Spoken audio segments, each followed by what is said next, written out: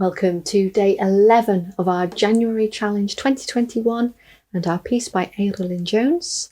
And we're back to a 6/4 time signature for today.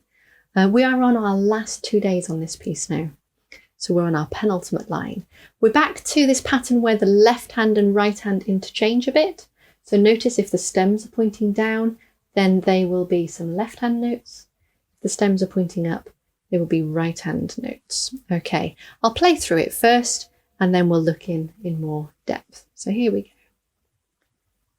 5 and 6 and.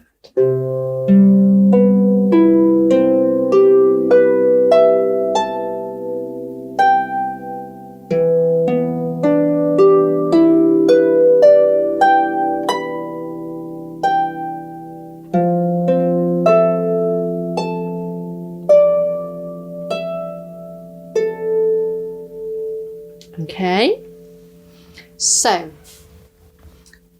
I had to really choose where I was going to stop today actually, because the next bar answers that bar, but just so that we were doing the similar sort of timing to what we've been doing for the rest of the piece.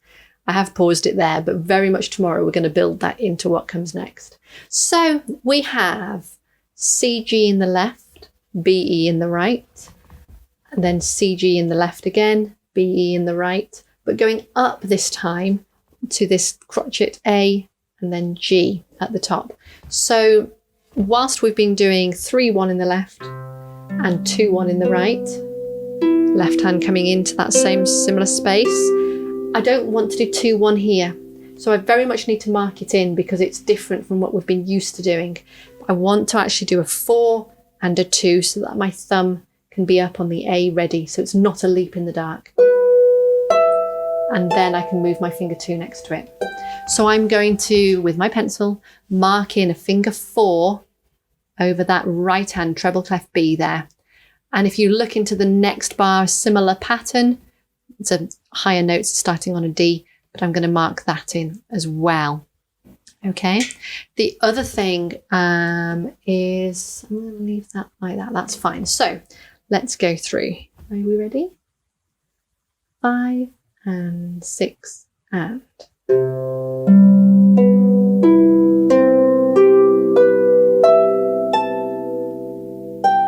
Okay, all right with that. All right. Then everything moves up a third. So we're now on E and B and D and G. So that the patterns are starting off in a very similar way to how we played back on day 4, but in bar 16 and 17. Similar sort of patterns, but different end result of where we're going. So the start the same. So we've got E, B, D, G. And again, the left hand's going to come in with that E, B. And this time when our right hand goes up again, we'll go up with a 4 and a 2 so that our thumb can reach to that B. Okay, you could also do 3 and 2. I just feel a little bit more comfortable with 4 and 2 for some reason. You could do 3 and 2. It's about getting there in time and falling and comfortably landing on the right notes. Because then we have a B and a G. And really watch that your hand hasn't crept up to the top of these strings. Keep them down sort of either side of the middle. Your fingers are maybe slightly lower than middle and your thumbs slightly higher than the middle, but they're both as close as they can be to the sweet spot while still playing in the usual places for them. Of the actual fingers, okay? So if we just put those 2 bars together, because they are answering patterns. So starting at bar 37, left hand C and G, right hand B and E, 5 and 6 and.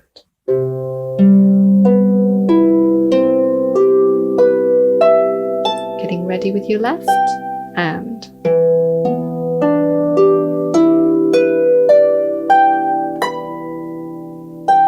So the big thing about those 2 bars is very much knowing where you're heading next each time, because you've only got the 2 quavers or you've got a crotchet beat or a quarter note beat of one hand happening before you've got to move to where you're going next, or in that time you're moving. So your left hand needs to be getting ready. Your right hand needs to be getting ready. A bit more time, but let's get ready in the left. Right hand ready. Left hand ready. Right hand ready. And your left hand would be getting ready again. Okay, The final bar for today, left hand's gone to an F and a C. Now you've got a bit of choice here. So you could keep that as a 3 and a 1, as we've been doing through the piece. And then in the top hand, you can have a 4 on the A, a 2 on the E, and a thumb on the A. And you play the 2 and the 4 really neatly together. It's quite a tricky thing to do, to really make sure that you're not going or da-dum, da-dum, but really neatly together. So the way it's actually been written, if you notice, is that the tail of the A, the stem of the A, is pointing downwards. So again, I probably need to get my pencil on this because it's different from what we've been doing prior, but I want my left hand to actually place a 4 on the F and the C at the beginning of the bar, reaching up with the thumb to that A, okay? And it's, okay, and that A landing underneath the top hand. And then my top hand can just be neatly placed with the 2 and the 1, and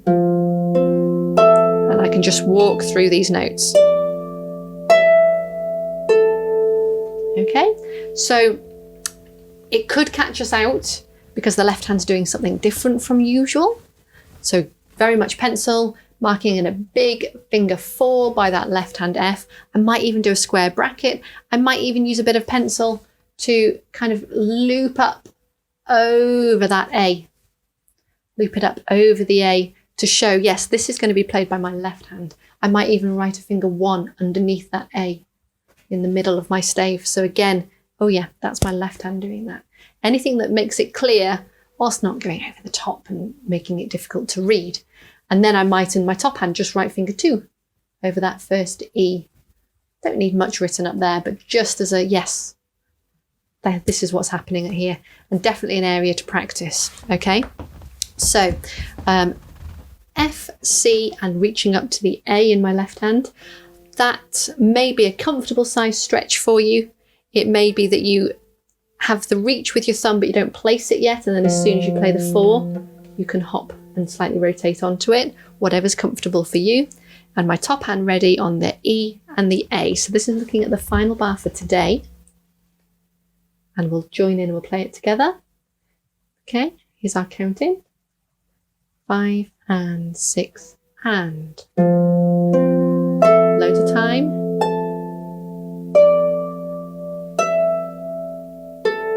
And those last few gaps are actually sort of fifths. The A to the D is a fifth, so I personally like doing a 3 on that.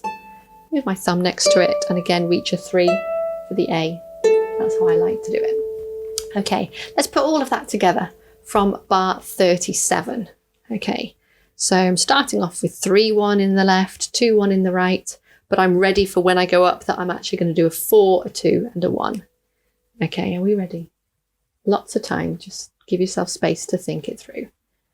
5 and 6 and.